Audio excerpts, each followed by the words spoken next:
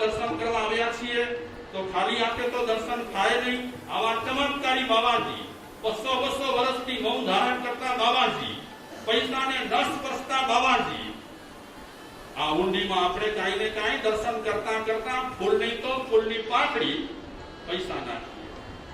એ રીતે ધંધો ધમ ધોકારે ચાલતો હતો. પૈસા વગર તો દુનિયામાં છે શું? છે કાંઈ નથી બાપા. કબીરના શિષ્યો જોઈ રહ્યા છે કે આહા શું લાઈફ,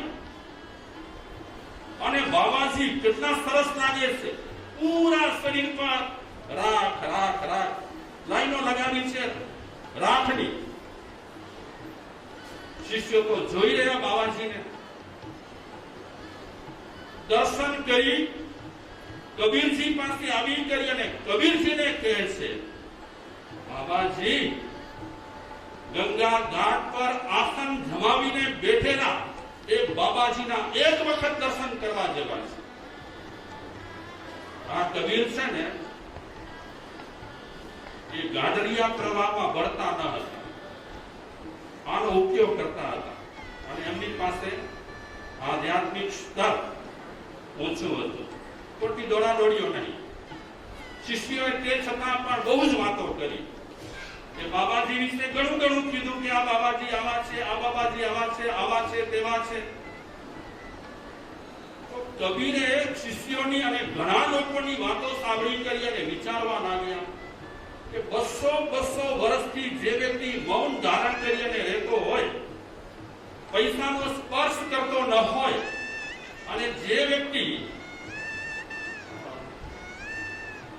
શું કહેવાય આટલો ચમત્કારી હોય, એક વખત હું પણ ત્યાં જાઉં, દર્શન માટે નહીં, કુતૂહલ બસ કબીરને ત્યાં જવાની ઈચ્છા થઈ.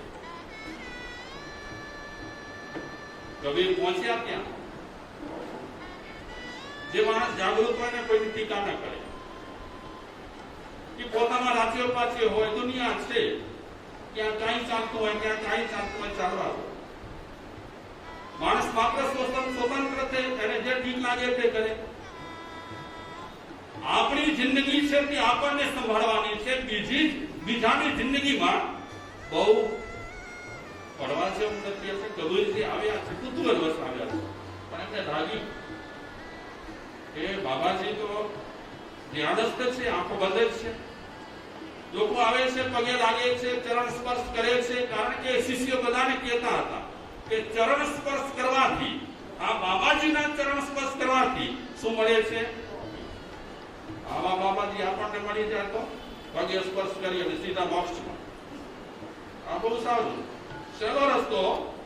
કબીરજી વિચારે છે કે બાબાજીના ચરણ સ્પર્શ કરવાથી મુક્તિ મળે, એ તો ગજબની વાત કહેવાય. તમે માનો ન માનો કે કોઈકના ચરણ સ્પર્શ કરવાથી મુક્તિ મળે, માનો? તમે હા બોલો છો, ના બોલો છો? હા, તો તમે ઠગાશો નહીં ઠગાવો. પણ તમે જો પ્રવાહમાં ભળી જશો ને તો છેતરાયા વગર રહેવાના નથી, એ 100%. અને આજે છેતરવાનું બહુ ચાલી રહ્યું છે, ઘણું ચાલી રહ્યું છે. અને તેમાં પણ કલકત્તામાં માણસ આવે ને તો લીલા લહેર છે. ખરેખર તમારી ભક્તિ ભાવના, અને હું કહીશ કે ભલે તમે મોટા મોટા બિઝનેસ કરતા હશો, પણ ગોળ પણ મેં તમારામાં જોઈ.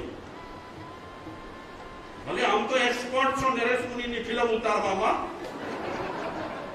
એ છતાં પણ તમારામાં જે એક કંઈક નવું કંઈક જોયું, એ તો કબૂલું છું કે આટલા રાજ્યોમાં વિચર્યા પછી ઈશ્વરભાઈ તમે મને પકડી ના લેતા.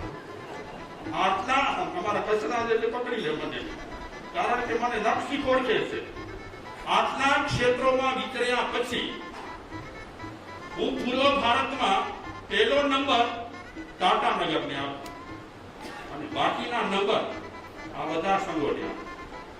કારણ કે સંઘ નાનો છે, ત્યાં સંખ્યા ઓછી છે, પણ લગભગ 80 થી 90% લોકોની પ્રવચનમાં હાજરી હોય. જ્યારે અહીં જાઉં છું ને ત્યારે એમ લાગે છે કે પહેલો નંબર આ પૂર્વ ભારતમાં કોને આપવું? ને પછી છેલ્લે છેલ્લે એમ લાગે છે પહેલો નંબર બધાને આપવો. જો મેં ટાટાનગરનું નામ લીધું તો તમારું મોઢું મેં વાંચ્યું, અને પછી બધાનું નામ લીધું પછી મોઢું વાંચ્યું, પછી મને ખ્યાલ આવી ગયો કે ના ના, આમાં પક્ષાપક્ષી નહીં કરવાની. બાકી જોયું લાગણીશીલતા આ બાજુ છે લોકો. અને મને એક ભાઈએ સલાહ આપી કે મારે સાહેબ કોઈ પણ વ્યક્તિ પૂછે કામનું તો તમે હાથ ના જોડો, એને કાંઈ પણ નાનામાં નાનું કામ બતાવો. આ બાજુના લોકોને તમે નાનામાં નાનું કામ બતાવશો તો બહુ રાજી થશે કે મારા સાહેબ અમને સેવા બતાવે. ઠીક છે, આગળ વધીશું. આપણે કબીર આવ્યા છે, કોની પાસે આવ્યા છે? આધ્યાત્મિકતાની ટોચે પહોંચેલ એક વ્યક્તિ આ સાધુ બાબા પાસે આવી છે. તે પણ કુતૂહલવશ આવી છે અને જોઈ બાબાજીનો ઠઠારો જોયો. ઠઠારો જોયા પછી કબીરજી વિચારે છે કે આ બાબાજી બહુ જ્ઞાની છે એમ શિષ્યો પ્રચાર કરે છે. તો શિષ્યો પાસે જઈ કરી અને કબીરજી એ શિષ્યોને કહે છે કે બાબાજી બહુ જ પ્રભાવશાળી છે અને મારે એકાદ પ્રશ્ન પૂછવો છે. કોને? એક પ્રશ્ન એકાદ બોલે તમે છૂટા હો. અને શિષ્યોને રહેવા દો ને, રહેવા દો. જે વ્યક્તિ આટલી સાધના કરતા હોય, જે વ્યક્તિએ ભગવાન સાથે અનુસંધાન મેળવેલું હોય અને જેમની સાધનામાં આટલી જમાવટ આવી ગઈ હોય, આવા સાધુ મહાત્માઓની સાધનામાં દખલગીરી ન કરવી જોઈએ. રહેવા દો પ્રશ્ન. માર્યા આ શિષ્યો તો પ્રશ્ન પૂછવાની ના પાડે છે, કારણ કે આ બધા પાઠ બનેલા છે આગળથી. બધા જ્યારે લોકો ના હોય ને ત્યારે શિષ્યો અને ગુરુજી આ બધી ગોઠવણ કરી લે કે લોકો સાથે કેવી રીતે વર્તવું. આજે અમે ખુલ્લેખુલ્લી વાત કરીએ છીએ. બધી ગોઠવણ કરી લીધી હતી શિષ્યો સાથે એક બાબાજીએ, એટલે શિષ્યો સ્પષ્ટ ના પાડી દીધી કે તમે એક પ્રશ્ન પૂછી નહીં શકો. જે વ્યક્તિ સાધનામાં રહેલો હોય એમની સાધનામાં દખલગીરી નહીં કરવાની. તમે એક પ્રશ્ન પૂછશો એટલે દખલગીરી થશે, એનું ધ્યાન તૂટી જશે, મહાપાપ લાગે ધ્યાન તોડવાથી. રહેવા દો. કબીરજી વિચારે છે આ શિષ્યો તો ના પાડે છે પ્રશ્ન પૂછવાની, તો મારે કરવું શું? એને જરા પોત થયું, અટક ચડાઈ જવું. આપણી ભાષામાં કહીએ, આપણે મોટા માણસ હતા, અટક પડી કરે. પણ સમજવા ખાતર કહું છું કે કૌતુકવશ આવ્યા છે, એમને નવાઈ લાગી છે અને શિષ્યો પ્રશ્ન પૂછવાની ના પાડે છે. ઘણી વખત છે ને ગુરુજીને કઈ હોતું નથી, બાબાજીને, પણ એની આજુબાજુ હોય ને આ શિષ્યો એ ઘણી વખત લડતા હોય.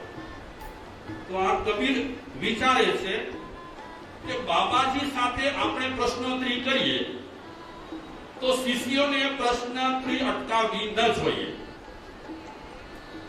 કારણ કે મહાત્મા માટે મોટામાં મોટું જો દાન રહેલું હોય તો કેવું દાન છે? મોટું દાન કયું? આપણો જે પ્રશ્ન ચાલશે સન્ડેનો એ પ્રશ્ન નહીં, પણ અત્યારે કબીરજી વિચારે છે, કબીરજી પ્રમાણે કબીર કહે છે કે મોટામાં મોટું જ્ઞાન દાન. અગર એ સાધુ મહારાજ મારી સાથે ધાર્મિક પ્રશ્નોત્તરી કોઈ ના કરે અને શિષ્યો પ્રશ્નોત્તરી માટે અટકાવતા હોય, સમાજ કઈ રૂઢિઓનો ભોગ બન્યો છે, સમાજમાં કઈ કુરિવાજો રહેલા છે, આ કુરિવાજો દૂર કરવા માટે, કુરૂઢિઓ દૂર કરવા માટે, સમાજની અંધશ્રદ્ધા દૂર કરવા માટે જો આવા જ્ઞાનીઓ કાંઈ પણ બોલે નહીં અને મૌન 200 વર્ષ સુધી ધારણ કરે તો એમનું જ્ઞાન, એ જ્ઞાનનો સમાજને શું લાભ મળે? કબીર વિચારે છે. શિષ્યોએ તો ના પાડી દીધી છે કે તમે ગમે તે મથામણ કરો, અમારા ગુરુજી બોલવાના નથી નથી ને નથી. કબીરજી મનમાં વિચારે છે અગર એ ગુરુજી એટલા જ્ઞાની હોય અને એટલા જ્ઞાની હોય તો ચર્ચા કરવામાં વાંધો શું છે? સાધુનો એક કાર્ય છે કે લોકોની આંખો ઉઘાડવી. સાચા સાધુ હોય, સાચા સાધુ એ સમાજની આંખો ઉઘાડવા માટે જ્ઞાનનો ઉપયોગ કરતા હોય. અગર એ સાધુ મહારાજ કાંઈ પણ બોલે નહીં, પ્રશ્નના જવાબ ના આપે, તો સમાજમાં અત્યારે અંધશ્રદ્ધા ફેલાયેલી છે. તે અંધશ્રદ્ધાની નાબૂદી માટે આ 200 વર્ષના મૌની સાધુ શું કરી શકવાના? કબીરજી વિચારે છે મારે કાંઈક દાવ અજમાવો. દાવ અજમાવવાની ઈચ્છા થઈ. શું કરું? તો આ સાધુ મારા બોલતા થાય, કઈ તરકીબ અજમાવે છે, તરકીબ વિચારે છે, કયા કાર્યથી આ સાધુને હું બોલતો કરું. કબીરજી સાધુ મહારાજને નખ સિદ્ધ જુએ છે. કયા સાધુ મહારાજને? જટા મોટી, ગાડી મોટી, માળાઓનો ઢગલો છાતી પર અને પૂરા શરીર પર રાખ કાગળ ચિત્રી રીતે ચિત્રી નાખી છે. કબીર વિચારે છે મારે કઈ તરકીબ તો અજમાવવી છે. શું કરું? શું કરું? તરકીબ ખૂબ વિચારે છે. વિચાર્યા પછી કબીરને સૂઝી આવ્યું. કબીરજી બરાબર પેલા સાધુ મહારાજ સાંભળી શકે એ રીતે કહે છે. કબીરજી શું કહે છે એનાથી પેલા એક વચ્ચે સરસ મજાની મારી નજર સામે શેર આવી છે. दिखावे की दुनिया में महिमा है भारी. दिखावे की दुनिया में महिमा है भारी. उसी में फंसी है यह जनता बेचारी. उसी में फंसी है यह जनता बेचारी. लिए आसरा झूठ का जी रहे हैं. लिए आसरा झूठ का जी रहे हैं. खुदा जाने अब हम कहां जा रहे हैं. खुदा जाने अब हम कहां जा रहे हैं.